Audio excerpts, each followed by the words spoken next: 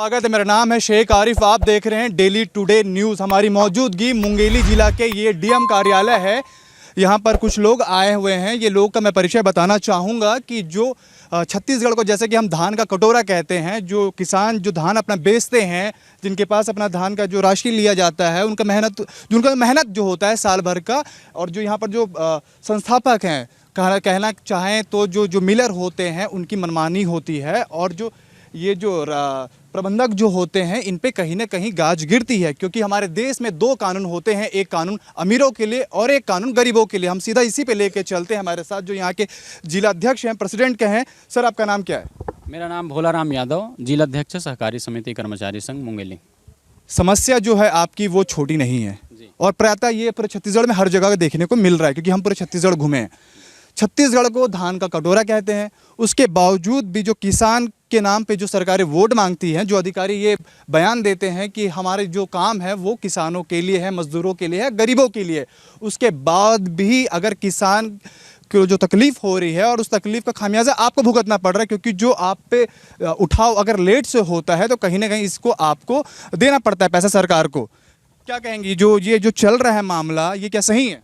देखिए, समिति जो है किसान की समितियां हैं, और किसानों की एक एक दाना को शासन के द्वारा शासन के निर्देश में हम लोग धान खरीदी कार्य संपन्न किए हैं। लेकिन दुर्भाग्य की बात है कि सहकारी समिति जो है, किसानों की समितियां हैं, इसके बाद भी धान का उठाव नहीं किया जा रहा है, और धान का उठाव नहीं होने के कारण आज 1.5 महीना से डीओ नहीं काटा है।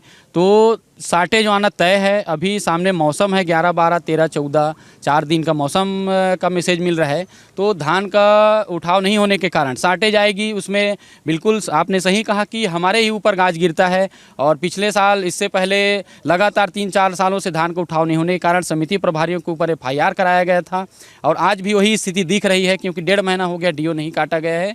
और हम लोग शासन से मांग कर रहे हैं कि तत्काल डीओ काटे, और डीओ काटने के बाद धान की उठाव तत्काल की जानी चाहिए।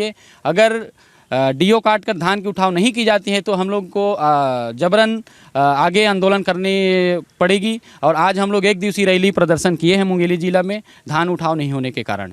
क्या लगता है, ये प्रदर्शन करने का असर वाकई में सरकार पर बोलें या अधिकारियों में कुछ पड़ता है फ़र्क?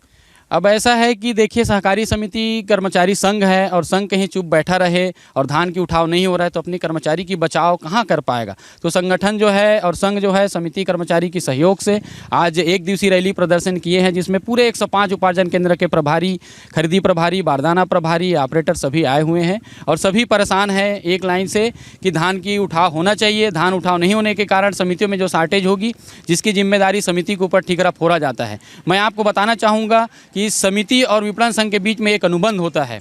अनुबंध के कंडिका क्रमांक 17.4 में स्पष्ट उल्लेख है कि उसमें बफर लिमिट रहता है समिति में। तो बफर लिमिट से ऊपर की जो धान रहता है समितियों में भंडारित रहता है, उसे तत्काल 72 घंटे के भीतर उठाव करना रहता है।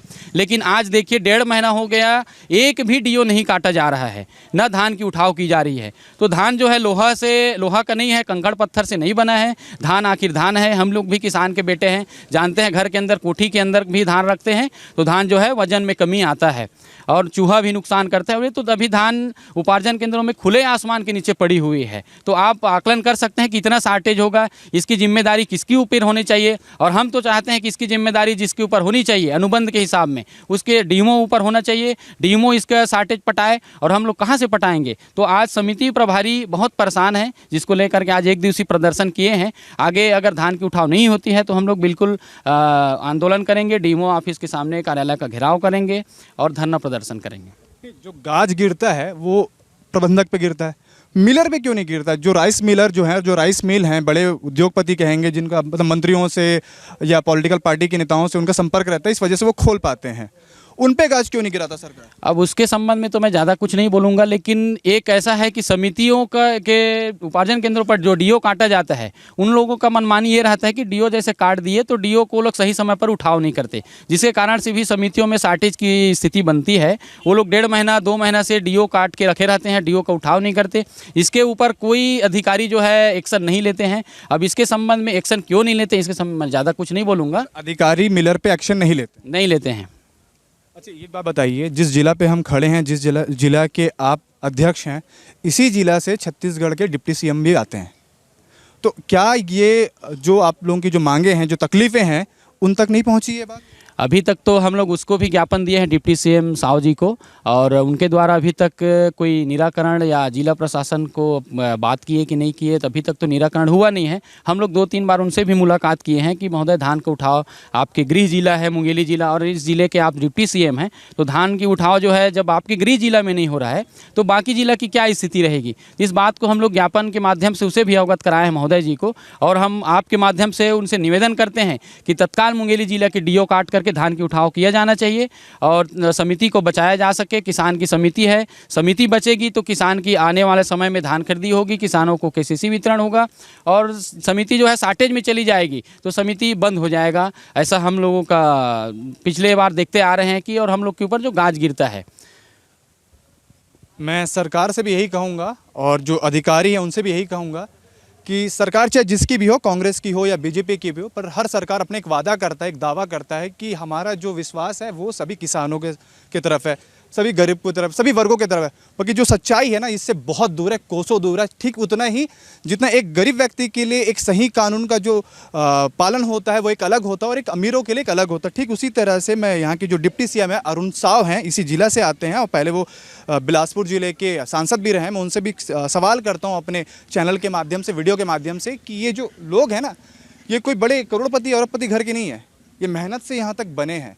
तो इनकी जो समस्या है, इनकी जो प्रॉब्लम है, छत्तीसगढ़ सरकार को तुरंत संज्ञान में लेना चाहिए और ऐसे अधिकारियों पे सख्त कार्रवाई भी करना चाहिए और ऐसे मिलरों पे भी ऐसे कार्रवाई करना चाहिए कि जिनकी वजह से इनको भुगतान करना पड़ता है अगर इनका धान में शॉर्टेज होता है तो।